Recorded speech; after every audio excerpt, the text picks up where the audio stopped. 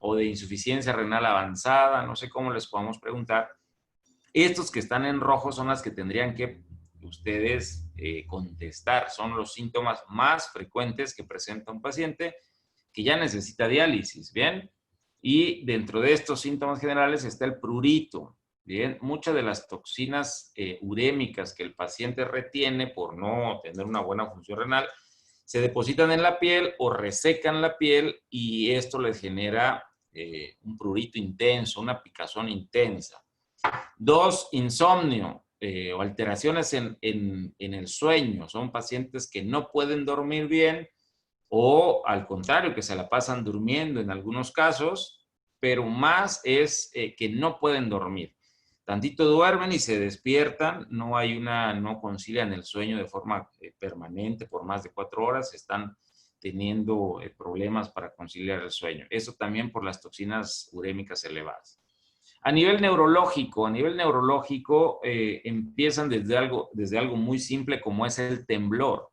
Entonces, cuando yo veo a los pacientes y estoy tratando de ver si tiene síntomas urémicos a este paciente, por lo regular le pido que ponga sus manos hacia arriba, bien, así como lo estoy poniendo yo ahí en la pantalla, así que pongan sus manos hacia arriba, libres, y yo checo si está teniendo cierto temblor.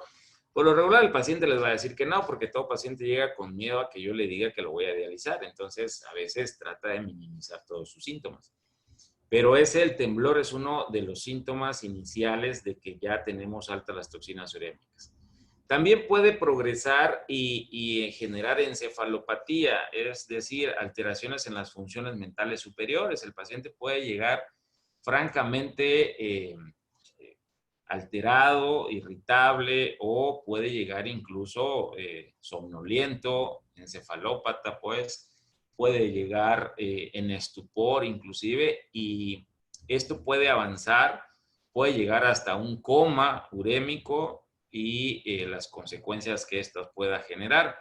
También pueden llegar los pacientes con crisis convulsivas. Hemos tenido pacientes que llegan con la urea y la creatinina altas, pero la entrada a urgencias es porque empezaron a convulsionar.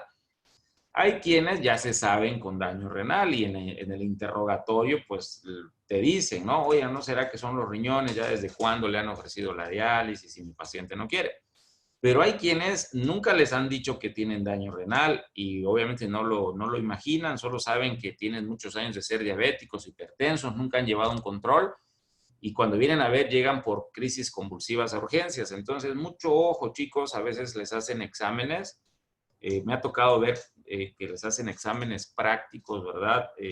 Con casos clínicos simulados y les ponen un paciente que ingresa, no sé, de 50 años de edad, 60 años de edad, con antecedentes de diabetes de 20 años, hipertensión de 20 años y que ingresa convulsionando. Y a veces les empiezan a decir, bueno, ¿qué haces? ¿Qué pides? ¿Qué esto? ¿Qué el otro? Y a veces el alumno que está en ese examen se va sobre neurología, ¿no? Empieza a pensar, bueno, qué bien neurología, y le empieza a hacer semiología de un tumor, de esto, de la epilepsia, y le pide tomografía, resonancia, y pide interconsulta a neurología, y se basa todo en el sistema nervioso, y nunca le pide una urea, una creatinina, ¿verdad? Una hemoglobina, un ultrasonido renal. Y cuando viene a ver, eso es el caso y terminan a veces reprobando porque se pierden o si les dicen, bueno, sí, haz una tomografía, está normal. Bueno, pide una resonancia, está normal. Un electroencefalograma, normal. Y les empiezan a decir todo normales y se frustran y termina en nada el caso clínico. Y aquí lo importante era que voltearan a ver al riñón. Bien, un paciente diabético, hipertenso, de más de 20 años, ambas cosas, tiene todo el derecho de tener daño renal y ese daño renal generarle crisis convulsivas y por esas crisis convulsivas ingresar a urgencias. Entonces, mucho ojo, chicos. Puede ser temas de exámenes de prácticos y de una crisis convulsiva. Lo que ustedes tienen que terminar diagnosticando es una insuficiencia renal con necesidad de diálisis. Bien. También llegan muchas veces con neuropatía periférica, es decir, les arden las piernas, los brazos, tienen sensación de que les pica todo el cuerpo o que les duele. Eso también puede generar la acumulación de toxinas urémicas. A nivel cardiovascular, suelen tener hipertensión, disnea, síntomas de anemia, les decía, algunas veces pueden llegar a tener hemoptisis. Y a nivel gastrointestinal, considero que a nivel gastrointestinal es donde más temprano y de muchas formas y muy frecuentemente se manifiesta la uremia.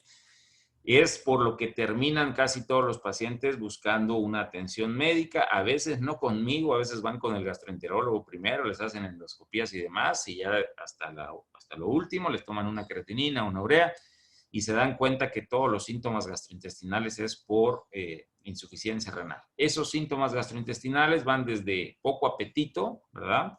Hiporexia, anorexia, náuseas, vómitos y disgeusia. La disgeusia, deben de saberlo, es una alteración en la percepción del el gusto, ¿verdad? Ahora con el COVID estuvo muy de moda esto, pero bueno, eso lo genera también la insuficiencia renal. Entonces, si yo en un momento dado les pregunto, a ver, díganme 5 síntomas urémicos frecuentes en un paciente con daño renal, estos que están en rojo son los que deberían contestar, ¿bien? Anorexia, náuseas, vómito, disgeusia, temblor, prurito, insomnio. Son de las cosas más frecuentes, ¿bien? Entonces, esto lo tienen que aprender, tienen que llevárselo a la mente, apuntarlo, grabárselo, porque va a ser motivo de preguntas y sobre todo motivo de que tengan éxito en su práctica clínica, ¿verdad? Si un paciente llega con todo esto, tienen que pensar que podría ser el riñón. Si un paciente tiene elevada la urea y la creatinina y tiene todo esto, pues parece ser que ya necesita de diálisis, ¿bien? Si un paciente aún con diálisis tiene todo esto, pues parece que no se lo está haciendo bien la diálisis, ¿bien? Entonces, va a ser muy importante que se graben eso. También puede haber, les decía, presentación asintomática, ¿bien?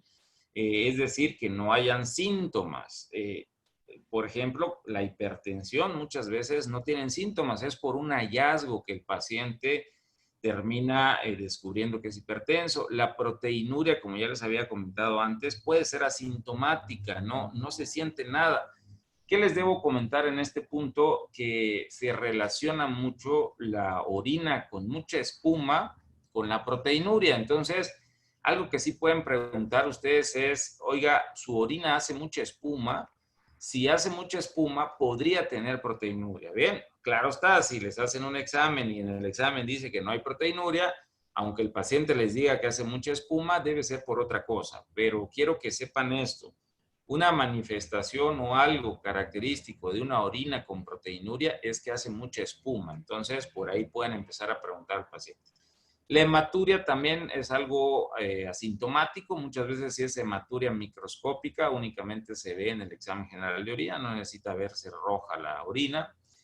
También muchas veces va a llegar el paciente por resultados anormales en el laboratorio o estudios de gabinete, y eso también es asintomático, es decir, un paciente muchas veces por fines de trabajo o porque pasó ahí en Salud Digna y vio que estaban muy baratos y en oferta los paquetes de laboratorios, y se lo hacen y sale anormal, se lo reportan ahí en negritas, con asteriscos, o simplemente él ve los rangos de referencia y francamente están fuera de los rangos de referencia. También llegan muchos pacientes así que por sus laboratorios anormales me visitan. O también porque se hicieron un ultrasonido renal y les reportó alguna cosa alterada. Bien, aquí en esta diapositiva ponía también el edema porque como tal es un signo, no es un síntoma, entonces es parte también de la presentación asintomática, aunque sí es un signo muy evidente.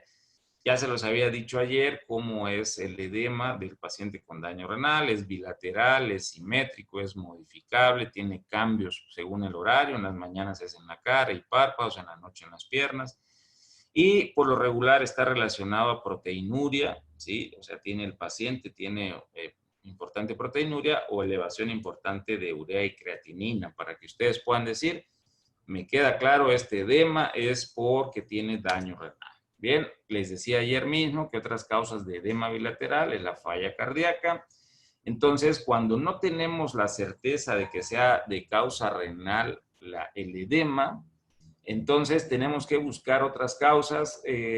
Les paso aquí nada más unos tips. ¿Cómo podríamos saber si el paciente tiene falla cardíaca? Si su patología es de origen cardíaco. ¿Cómo le podríamos hacer? ¿Cómo creen ustedes que le podríamos hacer?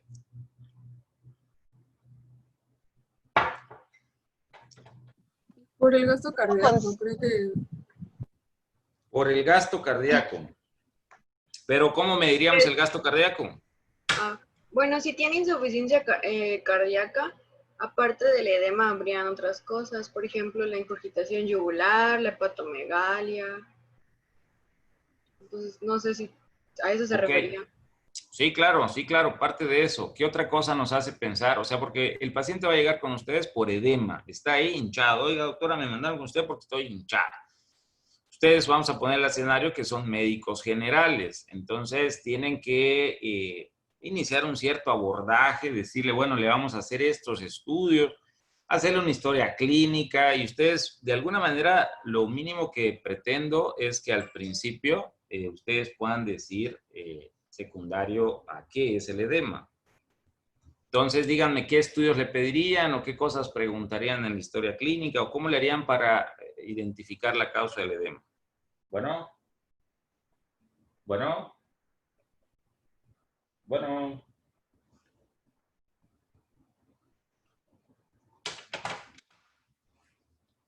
¿Alguna cosa que me puedan aportar? Pues de estudios característicos para diferenciar lo de la insuficiencia sería el BNP. Bueno, eso es un estudio, es medio caro, hay que tomar la muestra de sangre y mandárselo a hacer. Si están en un IMSS, si están en un ISSSTE, no lo hacen, entonces tienen que subrogarse, va a tardar un buen rato. Si están en un privado, a lo mejor sí, pero hay otras cosas más fáciles. Por ejemplo, en la historia clínica, un electro podría ser un electro. Hay otra cosa todavía un poco más sencilla, una placa de tórax. La radiografía. Exacto. Una radiografía de tórax nos va a ser muy útil en un paciente que lo estamos estudiando por edema. Si en la radiografía de tórax aparece cardiomegalia importante, entonces podríamos estar ante una falla cardíaca o una valvulopatía, ¿verdad? Que le ha generado esa cardiomegalia, ¿sí? Bien. Entonces, una placa de tórax es muy importante ver si hay cardiomegalia, si hay derrame, todos esos son datos de una insuficiencia cardíaca. También auscultarlo, o sea, agarran su estetos que van a tener ahí colgados siempre y le ponen en el corazón. Si escuchan soplos, aguas porque tiene una valvulopatía y esa valvulopatía le puede estar generando insuficiencia cardíaca y esa insuficiencia cardíaca, edema. Bien, si tiene arritmias, bien. También en la historia clínica ustedes tienen que preguntar, oiga, ¿ha tenido problemas del corazón? ¿Lo ha visto un cardiólogo antes? No sé, tienen que preguntar en la historia clínica. Bueno. Tío, doy clase, tío, dígame.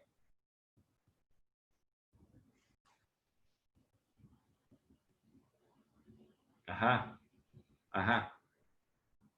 Bueno, entonces dígale que no le pongan ya, ahorita hablo yo, ¿sale? Bueno, que se vaya. Entonces, déme un minutito.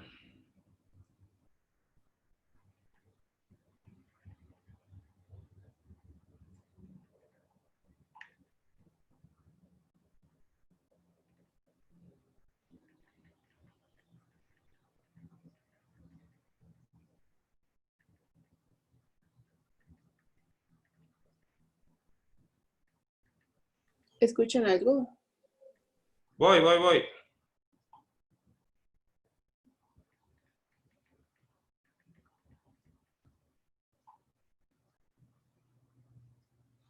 Listo. Ya de vuelta. Es por un paciente que tengo ahí medio grave. ¿Sale? Bueno, entonces, en la historia clínica ustedes pueden checar si hay antecedentes de cardiopatía, una radiografía, auscultarlo, un electrocardiograma. De insuficiencia hepática, ¿cómo nosotros podríamos saber si la causa es de insuficiencia hepática? Bueno, preguntar si hay factores de riesgo para daño hepático, ¿verdad?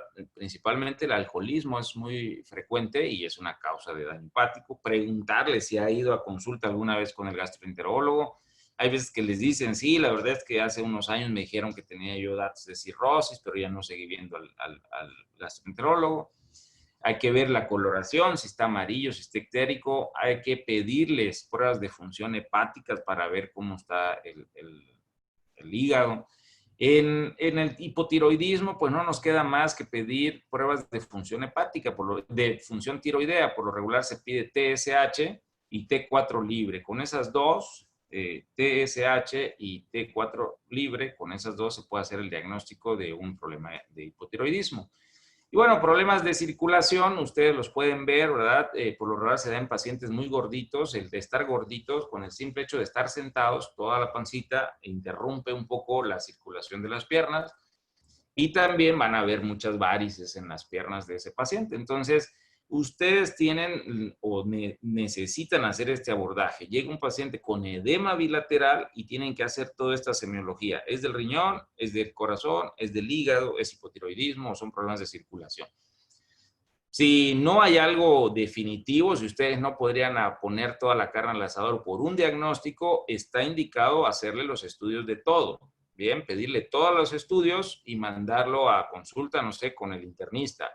O si ustedes piensan, bueno, podría ser cualquiera de ellas, pero le voy más al riñón, le piden todos estos estudios y lo mandan al nefrólogo. Yo considero que lo más probable es que sea insuficiencia hepática. Bueno, les piden todos los estudios y lo mandan con el gastroenterólogo. Aquí yo les platicaba la historia, inclusive en algún momento les llevé las notas que justificaban el caso. Recuerdo de una paciente que me la enviaron a estudio de edema al hospital, al IMSS, ahí donde yo trabajo en las tardes, pero me la mandaron sin un solo estudio. No llevaba ni siquiera examen general de orina, nada. Llegó así en blanco, en ceros. Lamentablemente, por ejemplo, en el IMSS soy el único especialista. En la tarde solo hay un nefrólogo en la tarde y en la mañana una nefróloga. Entonces, cuando ustedes, médicos generales que están en una clínica del IMSS periférica, piden la primera valoración por el nefro, está a una semana la consulta. O sea, increíble, pero cierto. Ustedes ven un paciente hinchado y les dicen, ¿saben qué? Lo voy a mandar al nefro. En una semana tiene cita ya con el nefrólogo la paciente. Pero ¿cuánto creen que pasa de cuando yo lo veo por primera vez a cuando le doy otra cita para mi consulta nuevamente? O sea, una cita subsecuente. Pasan hasta 4 meses, 5 meses, ¿bien? Porque está tan saturada mi agenda que le dan prioridad a los casos de primera vez porque no sabemos si es algo realmente grave. Entonces, tuve una paciente así que me la llevaron sin ningún estudio y llegó por edema. Entonces, a mí me tocó tomarle todo esto porque no me quedaba claro que fuera por daño renal. A los 5 meses llegó y lamentablemente la paciente no le hicieron los estudios de hipotiroidismo, ¿bien? No llevaba TSH y T4 libre. Llevaba todas las demás estudios y se descartaba, o sea, no tenía falla cardíaca, no tenía daño renal, no tenía falla hepática, no parecían problemas de la circulación. Entonces le volví a dar otra cita y le dijo, oiga, tiene que traerme los estudios de hipotiroidismo. Algo pasó, perdió la cita o algo así. El chiste es que al año de cuando llegó la primera vez conmigo, se presentó esta paciente con las pruebas de función tiroidea súper alteradas. Tenía un hipotiroidismo severo la paciente, ya llegó hablando así sumamente lento, caminando muy lento, así como caminan los perezosos, como en las caricaturas dibujan a los perezosos. Así llegó. Entonces, increíble que nos hayamos tardado en el IMSS 1 año para diagnosticar hipotiroidismo en una paciente. El hipotiroidismo se cura con levotiroxina, cuesta 50 pesos la caja de levotiroxina. Pero imagínense lo que tardamos en hacer el diagnóstico. Si la médico familiar que me lo hubiera enviado de principio, me lo hubiera enviado con todo esto, pues desde la primera cita yo le hubiera diagnosticado y le hubiera tratado. Entonces, sí es muy importante que ustedes avancen en la semiología y pidan los estudios pertinentes. Con esto creo que acabamos en lo que es padecimiento actual. Ahora nos vamos a la exploración física. No les puedo decir que los nefrólogos hacemos gala de nuestra explorando porque el riñón no se toca, no se palpa, no se ausculta. Entonces, finalmente no hay mucho de qué lucirnos en la exploración física. Diferente a los neurólogos o traumatólogos, internistas, que tienen que hacer una gran exploración. Les voy a ir diciendo los puntos más importantes de nuestra exploración física. Primero, pues los signos vitales, ¿bien? La presión arterial, quiero que sepan que la gran mayoría de los pacientes suelen ser hipertensos. Si hay algo de lo que no se puede ir mi paciente sin que yo le explore ahí en la consulta, es la presión arterial. Bien, sería un pecado darle consulta a alguien y no tomarle la presión. Entonces, cuando ustedes llegaban a la clínica, ustedes me ayudaban en eso, le tomaban la presión a los pacientes. Y les comento, casi todos los pacientes con daño renal suelen ser hipertensos. Bien, la frecuencia respiratoria, por lo regular, suelen tener o tienen la tendencia a tener polipnea, es decir, aumento en la frecuencia respiratoria. ¿Esto por qué? Primero, porque el paciente puede tener acidosis, ¿verdad? El daño renal cursa con acidosis, ya que el riñón es el encargado de producir bicarbonato y cuando no funciona el riñón, no tenemos bicarbonato, eso genera una acidosis metabólica. Y la acidosis metabólica se tiene que compensar con una alcalosis respiratoria. Entonces, los pacientes suelen respirar rápido para compensar esta acidosis. ¿Qué otra cosa? Si hay anemia, si hay edema, si hay derrame pleural por edema severo, también tienen necesidad de aumentar su frecuencia respiratoria. La frecuencia cardíaca, también la frecuencia cardíaca puede en un momento dado aumentar, esto principalmente por la taquicardia, o a veces por la anemia. La anemia genera taquicardia y los pacientes con daño renal suelen tener anemia y también por la sobrecarga de volumen. Entonces, es probable que así puedan encontrar a los pacientes. ¿Qué otra cosa van a explorar? La piel. Bien. La piel es muy característica, es muy característico el color de los pacientes que tienen un daño renal avanzado. O sea, lamentablemente no estamos yendo a clínicas, pero se los aseguro que los que tuvieron la oportunidad de ir a clínicas conmigo se dan cuenta, hasta hacíamos ejercicios, ¿verdad? Les decía, a ver, salgan a ver todos los que me están esperando allá afuera a consulta y díganme para ustedes quién tiene el daño renal más avanzado, ¿no? Y salían y los veían. Esta coloración que están viendo aquí en las figuras es la coloración típica de pacientes que tienen un daño renal avanzado y que incluso ya están en diálisis, ¿bien? Alguna de las toxinas urémicas se acumula ahí en la piel. También los que están en hemodiálisis principalmente les tenemos que poner dosis altas de hierro para poder mantener una hemoglobina normal y a veces esa administración de hierro también les genera esa coloración oscura, a veces sobre un fondo pálido, ¿verdad? Porque están anémicos, pero tienen la coloración de la piel oscura. Yo recuerdo y les platico esta escena, esta anécdota, para que recuerden que la coloración de la piel les puede ayudar en el diagnóstico y también como función, ¿verdad? Hace algunos años vino el jefe de servicio de nefrología del siglo XXI, donde yo me formé como nefrólogo, vino a dar una plática aquí al ISTECH y lo invitaron a comer en una clínica en San Cristóbal, de la clínica Bonilla, no sé si algunos de San Cristóbal lo conocen. El dueño de esa clínica estaba muy agradecido con mi profesor. En su momento había atendido a su hija allá en el siglo XXI con un problema serio de riñón. Bueno, le ofreció una comida, el doctor me invitó a mí, fui a la comida, todos contentos, y en eso, a mitad de la comida entró una persona que nos lo presentaron como médico, ¿no? Les presento a mi amigo, el doctor tal, ¿no? Y se los juro que yo le vi una coloración así como la que estamos viendo aquí en la pantalla del paciente, como que están entrevistando, ¿no? Así era la coloración del paciente, del doctor. Y a mí me llamó mucho la atención, o sea, le dije, que el color del doctor, me dije hacia mí, ¿no? La coloración del doctor sugiere que tiene daño renal, ¿no? Y entonces me quedó esa imagen y lo seguí, fui muy fijado con él, se sentó, él muy propio, comió.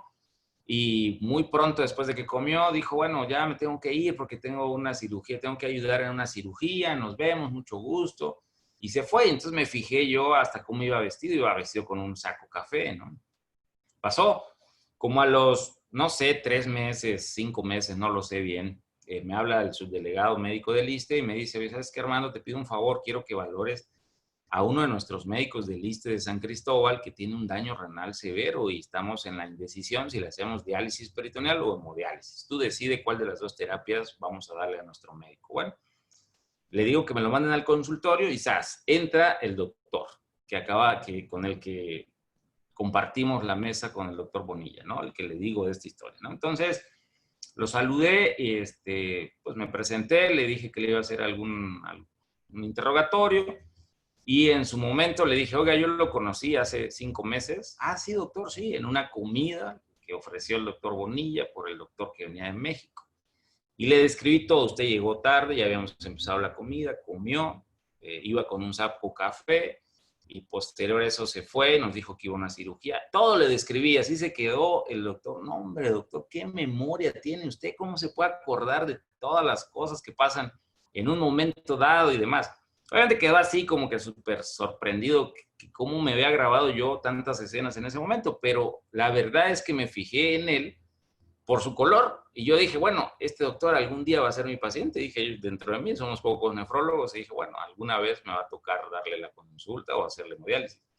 Y dicho y hecho, el paciente estuvo en hemodiálisis. Lamentablemente ya falleció el doctor, pero lo tuvimos ahí muchos años. Y esto es, se los comento porque así tal vez ustedes con el simple color que vean en la piel de pacientes cuando están en el servicio social, no siempre tienen posibilidad de hacerles estudios de laboratorio a todos. Entonces, cuando vean un paciente así con esta coloración, aguas, porque puede tener daño renal avanzado e incluso necesidad de diálisis. ¿Bien?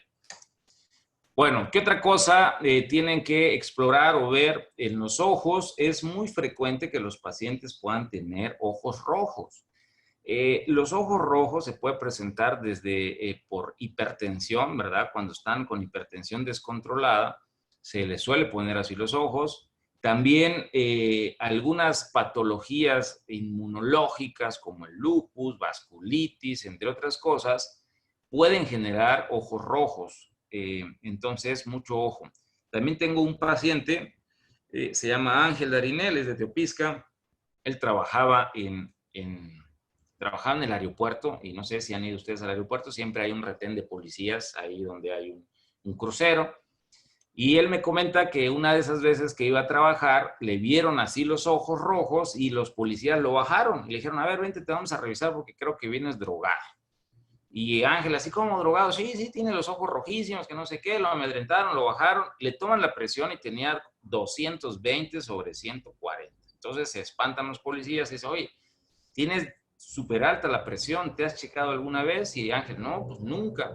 ¿Sabes qué? Tienes que ir con un médico que te cheque la presión. Lo mandaron con el médico del aeropuerto, el médico del aeropuerto corroboró esto, le hizo estudios y tenía elevada la urea y la creatinina. 5 meses después lo empecé a dializar a Ángel Darinel. Bien, entonces comento también este caso, porque es un caso en el que el diagnóstico lo hizo el policía que está en el retén, que va al aeropuerto. Y todo por ojos rojos.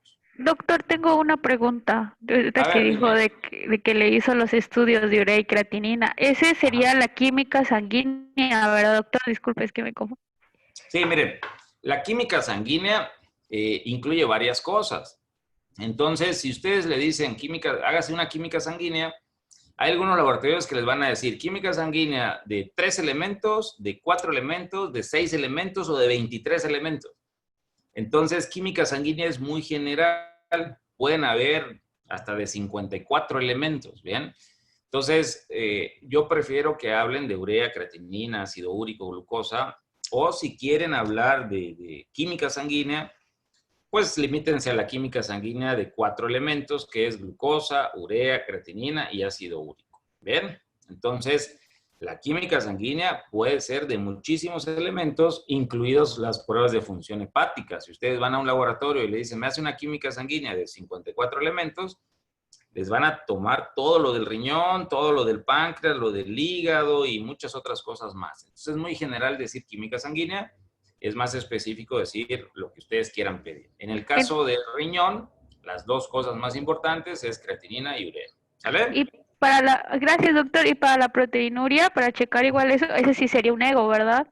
Examen general de orina. En el examen general de orina, desde ahí es la forma más sencilla y más barata de diagnosticar si hay proteinuria. Cabe mencionar que saldría positiva solo si tienes una proteinuria mayor de 300 miligramos al día. Podrías tener una proteinuria muy leve, que ya es maligna, o sea, que ya es anómala, que ya es patológica y que no aparezca en el examen general de orina. ahí podríamos pedir una colección de orina de 24 horas y que ahí en esa orina de 24 horas nos midan cuánto de proteína hay, ¿sale? Pero de entrada, con el examen general de orina ya empezamos bien. Ahí nos puede decir si hay proteinuria. Disculpe, Está doctor. bien, doctor. Gracias. Dígame. Disculpe, ¿se sigue usando las tiras reactivas? O sea, ¿con eso es con lo que se mide la proteinuria, glucosa, todo eso? Sí, en el examen general de orina, si ustedes piden un examen general de orina, todo lo hacen con tiras reactivas. Ahí ponen la tira reactiva en la orina y ahí les dice cuánto hay de glucosa, cuánto tiene de pH, de densidad urinaria, todo eso. Así se hace. Si ustedes piden cuantificación en orina de 24 horas, ahí sí ya no se hace con tira reactiva. Ahí tiene que llevar el paciente la orina de 24 horas, la tienen que centrifugar y ver cuánto se sedimenta de proteína en esa orina de 24 horas. ¿Sale? ¿Bien? Sí, doctor, ¿Alguna otra gracias. pregunta? Bueno, yo tengo una pregunta, no es tanto ahorita de la exploración física, pero ver. sí me surgió ahorita. ¿Cuándo es que se pide orina de 24 horas y cuándo es que se pide de o sea, ¿cómo se llama? ¿La primera orina de la mañana o algo así? Bueno, la primera orina de la mañana por lo regular la piden para cuando haces urocultivos. En teoría, porque como estuvo mucho tiempo esa orina en tu vejiga, es más probable que esté llena de bacterias si tienes una infección de vías urinarias, ¿ya? O sea, te piden un urocultivo cuando sospechan de infección de vías urinarias. Entonces, la mejor orina, más no la única en que se puede hacer. Yo puedo mandar a hacer un urocultivo en cualquier momento del día.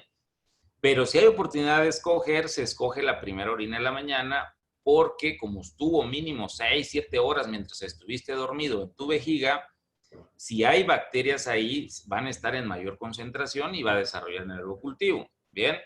Ahora, ¿cuándo se pide orina de 24 horas? Dependiendo qué quieres medir en la orina de 24 horas. Hay un estudio que ya me va a tocar una hora de hablar mal de ese estudio, que es la depuración de creatinina en orina de 24 horas. Todo mundo cree que es la mejor prueba para ver cuánto te funcionan los riñones. Y la verdad es que es una prueba muy arcaica, desde hace 40 años que ya no se recomienda hacer. Es cara, es difícil de hacer, te miente muchísimas veces. Esa hasta me da miedo de mencionarla porque a veces me ha pasado con las otras generaciones que les digo 1000 cosas buenas y lo único que le digo, esto no se vayan a grabar, esto no lo vayan a recordar y es lo único que recuerdan, ¿no? Si les digo no utilicen la depuración de creatinina en orina 24 horas, es la única que se van a grabar de todos los estudios. Entonces, no se suele recomendar ese estudio de depuración de creatinina en orina 24 horas. Sí pueden medir otras cosas en orina de 24 horas, como les decía, la proteinuria, la albuminuria, el calcio que hay en orina 24 horas, el ácido úrico, no, se puedes medir 1000 cosas en orina 24 horas. Tú nada más pide qué vas a medir. La que no se hace ya muy seguido es la depuración de creatinina en orina 24 horas porque miente. Hay manera de hacerlo con una aplicación más fácilmente y más barato para el paciente. ¿Ya? Ok, gracias. Ok. Y en su momento vamos a ver laboratorios y ahí vamos a quedar un poquito más claro con esto. ¿Sale? Bueno, entonces continuamos con la exploración física después de los ojos, que también de la piel y los ojos que nos van a dar mucha información. Pues podríamos ir a la espalda, al abdomen y la espalda. En el abdomen podríamos intentar palpar los riñones. Los riñones de tamaño normal no son palpables. Es muy difícil poder palparlos porque están protegidos ahí en la parte de atrás, los protegen las costillas, las vértebras, los músculos, entonces es difícil palparlos. Cuando hay un tumor o cuando hay un crecimiento o cuando hay poliquistosis renal, tal vez sí sea posible palparlos y se palpa así como lo ven en la figura que está a mano izquierda. Bien, tienen que poner una mano abajo, bien, como levantando un poquito la espalda y con la otra mano en el hipocondrio derecho, si es del lado derecho que quieren palpar el riñón o del lado izquierdo, si es el izquierdo que quieren palpar. Le pueden pedir al paciente que suba esa mano del lado donde ustedes están, se lo ponga así atrás de la cabeza, como si estuviera en la playa. Y también le pueden pedir que meta aire, que respire. Los riñones tienen cierto movimiento con la respiración.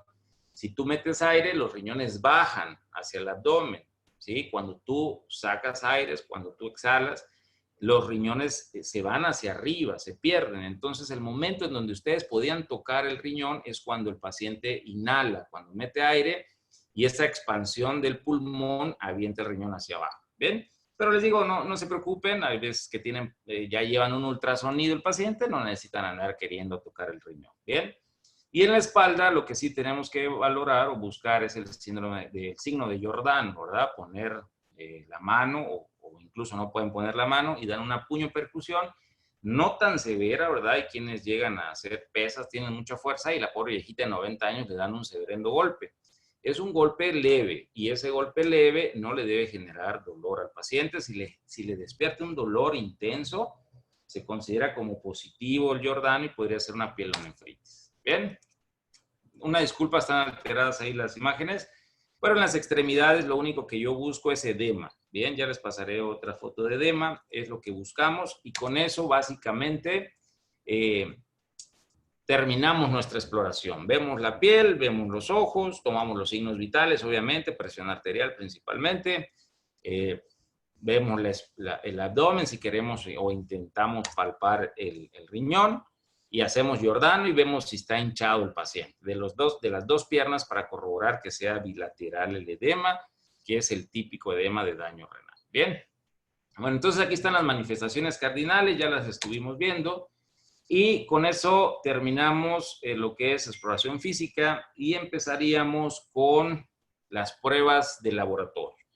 Mañana vamos a empezar con las pruebas de laboratorio. Bien, quiero que mañana ustedes lean para que sepan un poquito más.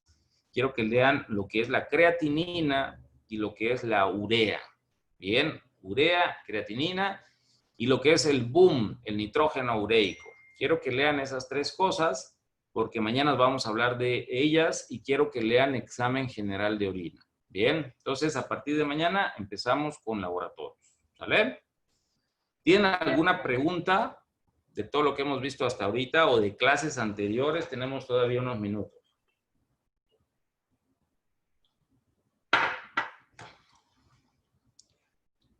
¿Alguna pregunta? No, ¿O todo claro? No, Doc, todo claro.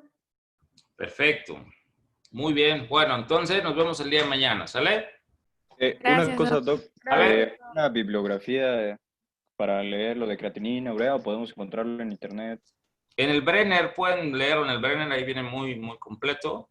Considero que el Brenner es una buena opción. También pueden buscar en internet, bien, lo que es la urea, lo que es la creatinina, hasta en alguna enciclopedia ahí en línea la pueden buscar, no pasa nada, ¿sale? Gracias. Y el examen general de orina, eso es importante que lo lean y lo sepan interpretar. Gracias, doctor. ¿Alguna otra pregunta? No, Doc. Órale, pues, cuídense mucho, nos vemos mañana. Gracias. Gracias. Bye. Gracias, Doc.